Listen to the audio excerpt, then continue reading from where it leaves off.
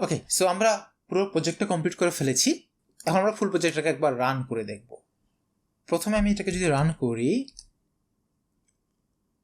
আমি 1 দিলাম যে ওকে অ্যাড টাস্ক করছি, ক্রিয়েট আউটলাইন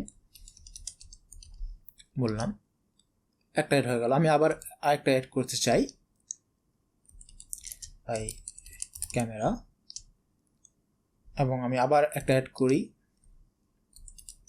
এই মাইক্রোফোন, এবং আমি আবার একটা অ্যাড করি রেকর্ড ভিডিও। ওকে, এখন আমি সবগুলোকে দেখতে চাই। আমি যদি 2 দেই তাহলে আমি সবগুলোকে দেখতে পারবো। এই যে 2 দিলাম, আমি এখানে সবগুলো টাস্ক দেখতে পাচ্ছি যে create outline, by camera, by microphone, record video 1 2 3 4 করে আসছে।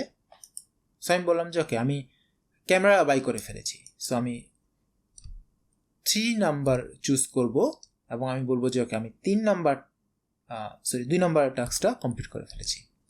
সে আমাকে বলছে মার্ক টাস্ক অ্যাজ ডান। এখন আমি যদি আবার লিস্টে দেখি তাহলে দেখবো যে 2 নাম্বার টাস্কটা আমাকে ডান হিসেবে বলছে।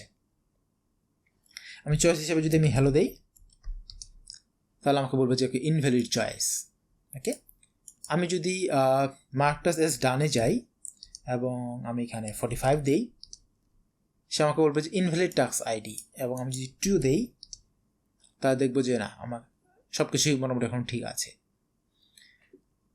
সো এই হলো মোটামুটি আমরা যেই প্রজেক্টটা করতে চেয়েছিলাম সেটা, টু লিস্ট।